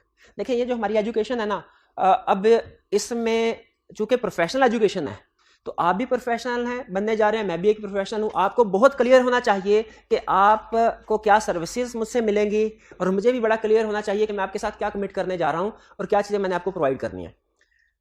पुराना सिस्टम जो था ना एजुकेशन का, जैसे टेक्नोलॉजी है ना, मैं ये एग्जांपल दिया करता हूँ, 2G से 3G, 3G से 4G, 4G से 5G, अब 5G का जमाना है, कोई 2G पे लेवल पे काम कर रहा होगा, आप उसे क्या कहेंगे, भाई आजकल ये नहीं चल रहा, ठीक है, आजकल ये नहीं चल। लेकिन अनफॉर्चुनेटली बाहरी के कंट्रीज में अगर देखें ना तो टीचिंग 5G लेवल पे पहुंच गई है, पाकिस्तान में कोई 2G से भी पुराना लेवल चल रहा है। पाकिस्तान में टीचिंग समझा जाता है क्या, सिर्फ ये चीज कि टीचर आया पढ़ाया और चला गया, ठीक है। ज्यादा से ज्यादा जो अच्छे टीचर है वो अपना कुछ ना कुछ मटेरियल नोट्स वगैरह प्रिपेयर कर देते हैं ताकि स्टूडेंट की जिंदगी आसान हो जाए। लेकिन फॉरेन कंट्रीज का अगर आप सिस्टम देखें ना तो टीचिंग इससे कहीं ज्यादा आगे बढ़ चुकी है। तो मेरी कोशिश ये होती है कि थोड़ा बहुत चीजें सीख के ना आपके साथ शेयर करता रहूं और आपको भी उस लेवल पे लेके, ताकि कल कला को आप लोग हैं, आप भी चार्टर्ड अकाउंटेंट बनेंगे, आप में से कुछ हो सकता है स्टूडेंट ऐसे भी हो जो टीचिंग प्रोफेशन में है। तो मैं ये चाहता हूं कि जब आप टीचिंग प्रोफेशन में आए तो टिपिकल टीचर ना बने, बल्कि आप टेक्नोलॉजी का मैक्सिमम बेनिफिट हासिल करें। तो हम अपने इस सिस्टम में कोशिश करेंगे कि टेक्नोलॉजी को भी ऐड करें। सर्विसेज क्या क्या, यानी क्या चीजें मैं आपके साथ आज कमिट कर रहा हूं। पहली चीज smooth and timely syllabus coverage. Smooth का मतलब क्या, पहले दिन जो लेक्चर का बर्डन होगा कंसेप्ट का, आखिरी दिन भी वही होगा इंशाल्लाह। अगर आपने मेरे किसी भी पुराने स्टूडेंट से पूछे या आप में से किसी ने अगर कोई और सब्जेक्ट में से पढ़ा तो उनको अंदाजा होगा 2-3 चीजें हैं। मतलब मैं अपनी कैरेक्टरिस्टिक बता रहा हूं, अप्रोच बता रहा हूं, तारीफ नहीं कर रहा, मेरी कोशिश होती है। एक ये संडे को कभी क्लास ना हो, दूसरा कभी लंबी क्लास ना हो 2-2, 3-3, 4-4 घंटे की, ठीक है। तीसरा एंड पे भागम भाग ना हो कि शुरू का जो 50% टाइम है उसमें 25% सिलेबस कवर किया और एंड में 50% टाइम है 75%, और बात का तो ऐसा होता है हर एक दिन में एक चैप्टर कवर हो रहा होता है। ऐसा मैंने ना कभी किया, ना इंशाल्लाह कभी करूंगा, ठीक है। स्मूथ का मतलब ये, और टाइमली का मतलब क्या है, ये भी नहीं कि हफ्ते बाद पेपर है और आपको भी मैंने बुलाया हुआ है, 1 महीना पहले आपको फ्री कर दिया जाएगा। और इसमें तो सीला में तो वैसे ही सिलेबस कम है, इसमें तो इसमें बड़ी मुश्किल खींच के आपको जो है ना वो 30 जुलाई तक लेके जाऊंगा, वरना आपका सिलेबस 15 जुलाई तक खत्म हो जाएगा। 15 को नहीं करना, वरना दूसरे टीचर वो माइंड करते हैं, वो कहते हैं स्टूडेंट फिर छुट्टी करना शुरू हो जाते हैं दूसरी क्लासेस से भी, वो अपने गाँव में निकल जाते हैं, घरों में निकल जाते हैं वगैरह वगैरह। तो फिर खींच के मैं जबरदस्ती 30 जुलाई तक मुझे लेके जाना पड़ेगा, लेकिन 30 जुलाई को आप आ रहेगा मेरी तरफ से इसमें तो क्या इसमें चूंकि अब मैंने आपको बताया पेपर में केस स्टडीज भी आएंगी, तो हम क्लास के लेक्चर के दौरान में भी केस स्टडी डिस्कस कर रहे होंगे। ऐसा नहीं होगा कि सिर्फ मैंने आपको कंसेप्ट बताया, याद करवा दिया और केस स्टडी आपके ऊपर छोड़ दी, क्या खुद ही करते रहे। नहीं, सारी केस, एक तो एग्जांपल्स क्लास में कंसेप्ट समझाते हुए एग्जांपल डिस्कस करेंगे, फिर क्लास के अंदर ही हम पास्ट पेपर्स को भी डिस्कस कर रहे होंगे। हर कंसेप्ट के साथ पास्ट पेपर इंशाल्लाह डिस्कस करेंगे हम, ठीक है। और पास्ट पेपर को भी इस तरीके से डिस्कस नहीं करेंगे कि हाँ भाई पेज नंबर 73 क्वेश्चन नंबर ये, आप उधर घूमे मैं इधर घूमे, नहीं, बल्कि प्रोजेक्टर होगा, सामने क्वेश्चन होगा, आपका भी पूरा फोकस सामने होगा, मेरा भी फोकस क्वेश्चन के ऊपर, और एक एक लफ्ज के साथ मैं आपको उसका मतलब और उसकी क्वेश्चन में क्या इंप्लीकेशन है वो बता रहा हूँ। फिर ये 3 चीजें, ये टेक्नोलॉजी का, ये मैं बाद में बताऊंगा आपको, अभी नहीं, और ये करके दिखाऊंगा आपको, ये चीजें समझाना जरूरी है। हाँ, एक चीज बता देता हूं आपको, माइंड मैप्स। माइंड मैप क्या है? माइंड मैप है बेसिकली 1 पेज समरी। आप जो कुछ पढ़ रहे हैं, देखें आपके पास बुक में सारे कंसेप्ट मौजूद होंगे जो मैं करवाऊंगा, लेकिन आप स्टूडेंट कहते हैं सर बुक में हम पढ़ तो लेते हैं लेकिन याद करना मुश्किल है। कुछ स्टूडेंट ऐसे होते हैं जिनके लिए रटा लगाना मुश्किल होता है, वो कहते हैं सर हम थोड़ा बहुत रटा तो लगा लेते हैं लेकिन पूरा पूरा सफ़ा जो है वो एक दिन में वो याद नहीं होता। तो उसके लिए फिर हमने क्या किया कि उस आज के लेक्चर में से जो सबसे ज़्यादा काम की बातें हैं उनको निकाल के एक डायग्राम की शक्ल कह लें, दे दी और आपके सामने रख दिया कि आपने याद इसमें से कर लेना है, इसमें सिर्फ टू दी पॉइंट होगी। जैसे होता है ना एग्जाम में, आपने सुना होगा हेडिंग सिर्फ पता चल जाए ना, आगे मैं खुद लिख लूंगा क्या लिखना। और अगर बुक की रीडिंग की हो ना तो सच में ऐसा ही होता है कि हेडिंग धक्का लग जाए ना हेडिंग का, तो बाकी बंदे को याद आ जाता है अच्छा इसके अंदर ये एक्सप्लेन करना था। तो मैं माइंड मैप में आपको, किताब के अंदर तो पूरी चीजें होंगी, हेडिंग भी होगी, एक्सप्लेनेशन भी होगी, लेकिन माइंड मैप्स में सिर्फ हेडिंग्स हुआ करेंगी। अगर आप सिर्फ माइंड मैप ये वाला पेज हर लेक्चर के बाद सिर्फ ये पेज याद कर लेना तो आपको किताब में से कोई भी याद करने की जरूरत नहीं है।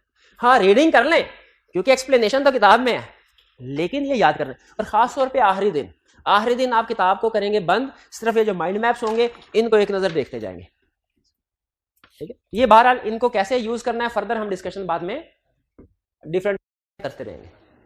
मेंटीमीटर है, ब्रेनस्केप है, ये बाद में आपके साथ शेयर करूंगा। मेजर रीजन ऑफ फेलियर की मेजर सबसे बड़ी रीजन क्या बताई है? हाँ, एक मोबाइल और दूसरा रिटन प्रैक्टिस ना करना, लैक ऑफ रिटन, यानी काउंटिंग की तरह। रिटन प्रैक्टिस मैंने आपको रिजल्ट आपके सामने रखा है। प्रैक्टिस ऐसी चीज है मुश्किल सब्जेक्ट को भी पास करवा देती है, और प्रैक्टिस ना करे तो आसान में भी फेल करवा देती है। ये प्रैक्टिस है जो न्यूमेरिकल सब्जेक्ट का रिजल्ट 40% में लेके गई है, और ये लैक ऑफ प्रैक्टिस है जो थ्योरी का रिजल्ट भी 25% में लेके गई है। तो प्रैक्टिस नहीं करना, ठीक है, प्रैक्टिस ना करना। अब देखा कंसेप्ट गलत समझे ना, प्रैक्टिस नहीं करना ये रीजन है फेलियर की, ये एडवाइस नहीं है।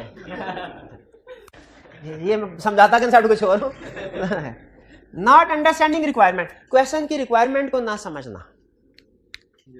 अच्छा मुझे बताइए, अकाउंटिंग का पेपर है, क्वेश्चन में ट्रायल बैलेंस है, नीचे कुछ एडजस्टमेंट्स हैं, गैस करिए रिक्वायरमेंट क्या होगी?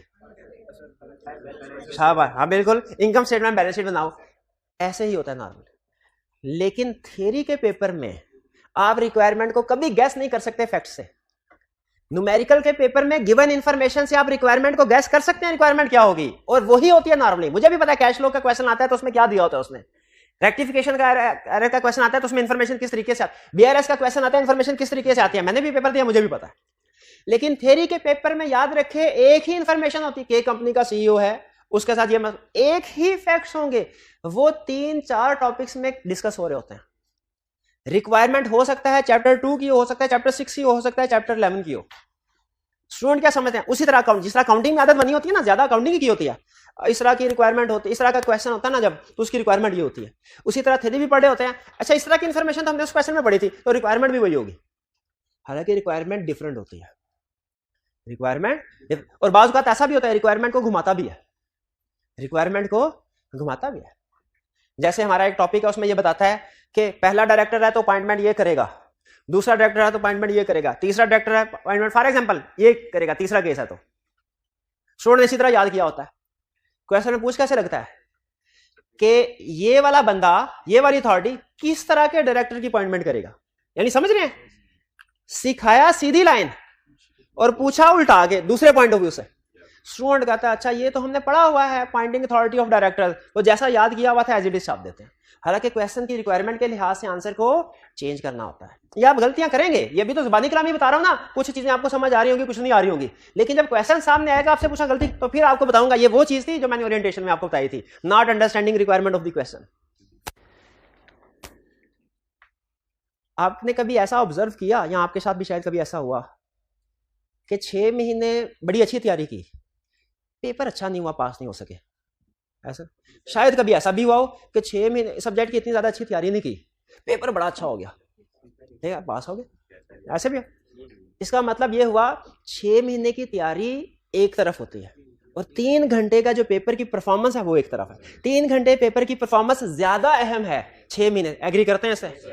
अब अगली बात सुने, ये तो आपको बहुत से टीचर ने बताई होगी, अगली बात सुने, 3 घंटे की पेपर परफॉर्मेंस एक तरफ और वो जो 2 मिनट आप रिक्वायरमेंट को पढ़ते हैं वो एक तरफ। वो रिक्वायरमेंट के 2 मिनट ना, जो आप क्वेश्चन अटेम्प्ट करने में 20 मिनट लगाते हैं, वो रिक्वायरमेंट पढ़ने के 2 मिनट उससे ज्यादा अहम है।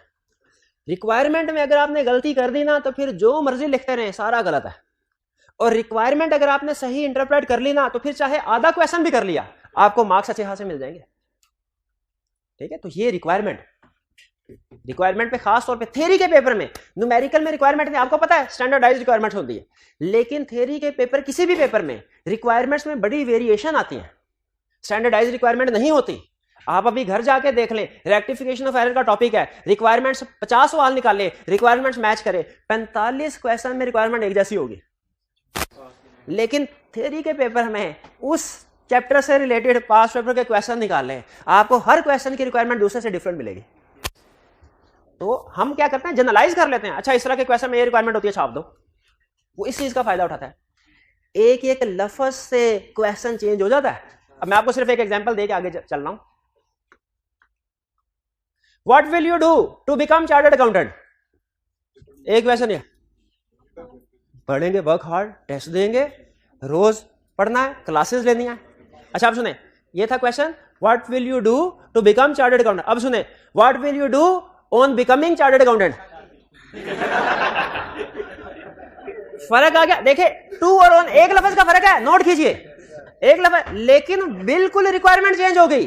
पहले वो जिंदगी के और हिस्से की तरफ लेके जा रहा था, अब किसी और हिस्से। इसी तरह रिक्वायरमेंट में घुमाता है, एक दो लफ्ज चेंज करता है, पहले कंसेप्ट कुछ और होता है, वो लफ्ज चेंज होते हैं, कंसेप्ट कुछ और। स्टूडेंट बेचारा इतना मासूम, उसको पता ही नहीं चलता कि वो पूछ क्या रहा है, ये टू पूछ रहा है, क्यों पूछ रहा है। तो ये रिक्वायर सिलेक्टिव स्टडी, ये तो आई कैप इसको तो नहीं छोड़ता कभी। आप एक चैप्टर दूर की बात है, चैप्टर के अंदर एक कंसेप्ट अगर छोड़ के जाएंगे ना, आपका एग्जाम में कम से कम 1-2 नंबर का पेपर लाजमी छूटेगा। आजमा के देख ले। आप अक्सर कभी ये सोचते होंगे, यार यही तो छोड़ के गया था, यही सामने आ गया। वो इत्तेफाक नहीं होता, वो एग्जामिनर ने बड़ी कैलकुलेशन की होती है। आपका क्या ख्याल है, जो इन्होंने टॉपिक छोड़ा वो इन्होंने छोड़ा होगा, उन्होंने नहीं छोड़ा होगा, वो भी सारे स्टूडेंट एक जैसे होते हैं ना। अब ये तो नहीं है कि ये मनोसलवा खा के बैठे हैं, ये गधे का गोश्त खा के बैठे हैं, ऐसा तो नहीं होगा ना। ये इनका माइंड बहुत ज्यादा चलता है, और ये बेचारे नहीं, सारे तकरीबन जो चीज इनके लिए मुश्किल है वो इनके लिए भी मुश्किल होगी, जो इन्होंने चीज छोड़ी वो इन्होंने भी। एग्जामिनर बड़ी कैलकुलेशन कर रहा होता है, आपके एक एक क्वेश्चन की कैलकुलेशन की होती है एग्जामिनर ने। कभी एग्जामिनर कमेंट्स पढ़े, आपको पता चलेगा, एक एक क्वेश्चन के बारे में बताता है, इस क्वेश्चन में क्या गलतियां की, इसमें पासिंग परसेंटेज क्या थी, ये क्वेश्चन कितने परसेंट स्टूडेंट ने ओमिट किया। तो जो क्वेश्चन स्टूडेंट ओमिट करते हैं एग्जामिनर को पता चल जाता है इन्होंने सिलेक्टिव स्टडी की है, कहता है अच्छा अगली दफा इसमें से क्वेश्चन पूछूंगा दोबारा। तो सिलेक्टिव स्टडी हरगिज नहीं करनी, हरगिज नहीं करनी, वरना कोई ना कोई आपका लाजमी क्वेश्चन। एब्सेंटीज्म, वो मैंने बात बता दी आपको, छुट्टियां नहीं करनी आपने, मोबाइल फोन इस्तेमाल नहीं करना, हाँ दूसरों के सवाल को सुनना। इन भाईजान ने जो सवाल पूछा, क्या उनका इनसे कोई ताल्लुक है ताल्लुक है, ये भी उसी सब्जेक्ट उसी टॉपिक का क्वेश्चन पूछ रहे हैं जो इन्होंने पढ़ना है, तो दूसरे के सवाल को सुना करें। वीकली टेस्ट बेटा, how much effort is required to pass, इतनी एफर्ट रिक्वायर्ड है जो आप नहीं कर पाएंगे, नहीं कर पाएंगे। 2 घंटे डेली पढ़ना, 2 घंटे आपके ऊपर तो इतनी जिम्मेदारियां, 2 घंटे कहां से निकाल लेंगे। होम असाइनमेंट्स डेली आपने अटेम्प्ट करनी है रिटन फॉर्म में, रिटन फॉर्म में ज़बानी कलामी करेंगे, और आप करेंगे ज़बानी कलामी, आप कहेंगे सर समझ आ गई थी, समझ आ गई थी, नहीं प्रैक्टिस हो पाएगी सफिशिएंट। संडे को, हर संडे को जो कुछ पढ़ा सारे का सारा रिवाइज करना है आपने। स्टडी मटेरियल क्या है? 2 ऑप्शंस हैं, एक ICAP का स्टडी टेक्स्ट है, दूसरा हमारी बुक। आप दोनों में से कोई भी एक ऑप्ट कर लें, दोनों नहीं करने। दोनों करेंगे आपकी जिंदगी मुश्किल हो जाएगी, फायदा कोई नहीं होगा। मैं ये नहीं कर रहा ICAP के बुक में जो चीजें बिल्कुल ठीक है, और हमने बेसिकली जो बुक बनाते हैं वो ICAP की बुक को ही सामने रख के बनाते हैं कि सारा सिलेबस कंप्लीट हो, ना एक चीज ज्यादा ना एक चीज कम। जो कंसेप्ट ICAP ने बताया वो सारे के सारे डिस्कस हो, ठीक है। लेकिन हमारी कोशिश बस इसमें ये फर्क होगा, कंसेप्ट सारे इधर भी ठीक, इधर भी हुई, इधर भी हुई। ये सिर्फ थोड़ा सा हमने एग्जाम पॉइंट ऑफ व्यू से उसको अरेंज किया होता है, जैसे एग्जाम में क्वेश्चन पूछता है उस तरीके से हमने मटेरियल को डिजाइन किया होता है, और थोड़ा सा सिंपल लैंग्वेज में। कोर्स कंप्लीट कब होगा? 30 जुलाई को। 30 जुलाई को बमुश्किल मैं कर पाऊंगा कंप्लीट, मुश्किल, हाँ, क्योंकि अगर मैंने मुश्किल आना किया तो उससे पहले खत्म हो जाएगा, लेकिन मैं बड़ी मुश्किल से 30 जुलाई तक इसको लेके जाऊंगा। हाँ, फिर के बाद लेक्चर प्लान डेली बेसिस के ऊपर मैं आऊंगा। अच्छा, ये अहम चीज को सुन लें, क्योंकि आगे हमने सारे लेक्चर इसी प्लान के मुताबिक करना है। हर रोज मैं आऊंगा, आपको रिटर्न फॉर्म में इसी तरह माइंड मैप मिल जाएगा जिसके ऊपर लिखा होगा आज लेक्चर नंबर कौन सा है, इसमें कंसेप्ट कौन कौन से डिस्कस करने हैं, बुक में इसका रेफरेंस क्या है, ICAP की बुक का रेफरेंस भी होगा, हमारी बुक का रेफरेंस भी होगा। जिसने जिधर से यूज करना है करें, कोई रोक टोक नहीं, दोनों में से एक ऑप्शन सेलेक्ट करनी है, दोनों नहीं करनी, लेकिन जो मर्जी करें, ठीक है। होम असाइनमेंट भी लिखी होगी, देखिए आज होम असाइनमेंट तो ना लिखी होगी, नहीं आज नहीं लिखी हुई, आज सीखा ही नहीं कुछ हमने, लॉ सिलेबस में से कोई चीज नहीं सीखी, वरना इसमें से बहुत सी। आप और कुछ भी ना करें, सिर्फ मोबाइल फोन का इस्तेमाल कम कर देना, आपकी पूरी जिंदगी की प्रोडक्टिविटी 50% से ज्यादा बढ़ जाएगी। और ये बात मैंने, अब आपको मजाक में बात लगेगी, ये मोबाइल फोन वाली बात मैंने 80,000 रुपए का कोर्स खरीदा था, उसमें उस बंदे ने बताई मुझे, उसने पैसे देके जो चीज सीखी हो ना वो याद रह ही जाती है, रह जाती है। ये एक चीज जो आपको फ्री में बता रहा हूँ, आप कह रहे होंगे नहीं सर ये तो हमारे घर वाले भी कहते हैं, वो भी कहते हैं, आप भी कहिए, हमें क्या है, हमें पता है कितनी अहम चीजें, आपको थोड़ी पता है। आपको माइंड मैप डिस्ट्रीब्यूट किया जाएगा, ये माइंड मैप ग्राफ, यानी पूरा लेक्चर की समझ। आपको अगर लेक्चर में कुछ भी समझ नहीं ना आया, लेकिन ये पढ़ के समझ आ गया क्या लिखा हुआ है, तो लेक्चर पार, ठीक है। लेक्चर में तो आपका बहुत सी एक्सप्लेनेटरी मटेरियल भी होता है, इसमें सिर्फ की पॉइंट्स होंगे माइंड मैप से, काम की चीज है। ये मैं कोशिश करूंगा हर लेक्चर की आपको प्रोवाइड करूं, हर लेक्चर की, हर चैप्टर की नहीं, हर लेक्चर की, ठीक है। असल में ना होता पता क्या था, प्रॉब्लम ये होती थी जब ये सारा लिखा होता था, मैं इधर बोल रहा होता था, स्टूडेंट लिख रहा होता था, हर लेक्चर में इसी तरह होता था। हम इधर की पॉइंट्स लिखाते थे, स्टूडेंट लिख रहे होते।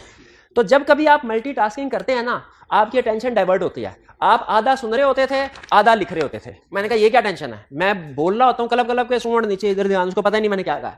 तो फिर मैंने कहा अच्छा, जिस स्टूडेंट ने जो कुछ लिखना होता है ना, उसको पहले से लिख के उसके सामने रख दो, उसको टेंशन ना हो कि मैंने चीज वो पूरी, तो अब फायदा क्या होगा वाला इसका, आपकी पूरी तरफ होगी। आप में से शायद ही कुछ स्टूडेंट ऐसे हो जिन्होंने 1-2 लाइनें लिखी हो, कोई बहुत अहम बात आई तो आपने लिख ली, वरना आप सिर्फ सुनते, तो आपका फोकस टीचर की तरफ बढ़ जाता है। तो ये माइंड मैप वगैरह दे के ना, लेक्चर में जो कुछ पढ़ा रहा हूँ, की पॉइंट्स रिटर्न फॉर्म में आपको देके, मैंने आपके लिए नहीं अपने लिए आसानी की है। अब आप सारी तवज्जो मेरी तरफ रखेंगे और मेरी एक एक बात को सुनेंगे। कोई बहुत अहम बात हो उसको लिख ले, वरना आपको लिखने की जरूरत नहीं। आप पूरे लेक्चर में कुछ भी नहीं ना लिखते, सिर्फ ये सामने रख के सुनते रहते हैं, तो आपका लेक्चर पार है, कुछ लिखने की जरूरत नहीं। आगे चलें। फिर इसके बाद फिर माइंड मैप डिस्ट्रीब्यूट करने के बाद जिसके ऊपर ये सारी चीजें लिखी होगी, इसके अब ये देखें, होम असाइनमेंट मैं हो सकता है डेली बेस पे आपको ना बताऊं, लेकिन अगर माइंड मैप के ऊपर होम असाइनमेंट लिखी हुई है ना, तो अंडरस्टूड समझा जाएगा कि मैंने आपको कम्युनिकेट कर दी और आपने वो करनी है। फिर कंसेप्ट डिस्कस करूंगा मैं, जैसे अभी सारी डिस्कस कर रहा हूं। इसमें ओवरव्यू दूंगा कि स्टार्ट में आज क्या सीखने जा रहे हैं, फिर कंसेप्ट डिटेल में डिस्कस होगा, कोई रियल वर्ल्ड केसेस होंगे, एग्जांपल्स होंगी, वो डिस्कस करेंगे, और फिर एंड पे आपसे पूछूंगा कि आपका कोई क्वेश्चन है तो पूछ लें। याद रखें, आपने मेरी डिस्कशन के दौरान में क्वेश्चन नहीं पूछना, डिस्कशन एंड करके मैं आपसे पूछूंगा, क्योंकि क्वेश्चन है तो पूछ, उस वक्त आपने पूछना है। क्वेश्चन पूछने को मैं बहुत ज्यादा पसंद करता हूं, लेकिन एप्रोप्रिएट टाइम पे क्वेश्चन पूछना है, जब मैं आपको दरमियान में कहूंगा, और इंशाल्लाह जितने क्वेश्चन आपके होंगे आपको। फिर एंड पे, लेक्चर एंड पे मेरी कोशिश होगी, जो मैं अक्सर भूल जाता हूं और आपने याद करवाना है, कि उस लेक्चर में जो कुछ भी पढ़ाया ना, एंड पे 2 मिनट की क्विक रिवीजन करवा दें। 2 मिनट की क्विक रिवीजन का आपको भी फायदा होता है कि आपको पता चल जाता है काम की चीजें कौन सी थी, और खासतौर पर ऑनलाइन वाले स्टूडेंट्स को फायदा होता है। वो नोट कर ले कि इस लेक्चर में इस मिनट, इस पॉइंट टाइम से लेके इस टाइम तक सर ने क्विक रिवीजन करवाई है। जब कभी रिवीजन करनी होगी लेक्चर की, तो बजाय ये कि पूरा लेक्चर डबल स्पीड में सुने, वही 2-3 मिनट सिंगल रेगुलर स्पीड में सुन लिए, तो सारी रिवीजन हो जाएगी लेक्चर की इंशाल्लाह।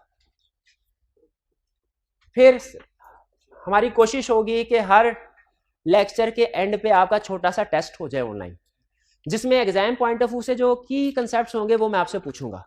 और मुझे पता चल जाए आपने सारा आज लेक्चर में जो कुछ भी सुना है उसमें से कुछ सीखा है कि नहीं सीखा। अब ये कैसे होगा, ये मैं बाद में आपके साथ शेयर करूंगा। पास्ट पेपर की डिस्कशन भी होगी और वीएन भी हम करेंगे। ये जो चीजें ना यहाँ से यहाँ, बल्कि ये सारी चीजें ये जब हम प्रैक्टिकली कर रहे होंगे ना हर लेक्चर में, फिर आपको समझ आएगी कि इसका क्या मतलब था।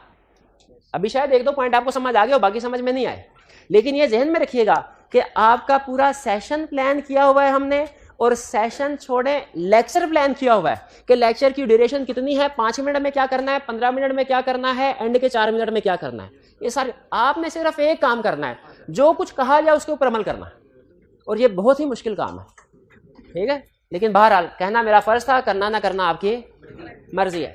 कोई क्वेश्चन पूछना चाहते हो तो पूछ लीजिए। बुक कहां से, सुन लें, बुक जो है वो आपको जब तक बुक पब्लिश हो रही है, जब तक बुक पब्लिश नहीं होती, जो कुछ मटेरियल है क्लास में मैं प्रोवाइड करूंगा। आपने कहीं इधर उधर देखने की, जाने की, फोटोकॉपी वाले के पास जाने की जरूरत नहीं है। आपने आना, चुप करके अपनी सीट पे बैठ जाना है। आपको जो चीज भी चाहिए ना, हर चीज एक एक चीज प्रोवाइड करना मेरी जिम्मेदारी है। लेकिन जब बुक पब्लिश होगी आपने खरीदनी अपने पैसों से। बुक के अलावा हर चीज मैं आपको प्रोवाइड करूंगा, और जब तक बुक नहीं आती तब तक बुक की सारी चीजें भी मैं आपको प्रोवाइड करूंगा। क्लियर हो गए? बुक आ गई? हाँ बिल्कुल बुक आ गई, बिल्कुल बुक आ गई। तो बुक ले लीजिए, कल लेके आइएगा। बुक के अलावा जितनी माइंड मैप है, रिसोर्सेज है, हर रिसोर्स मैं प्रोवाइड करूंगा। आज का लेक्चर यहाँ पे खत्म करते हैं हम। अल्लाह हाफिज।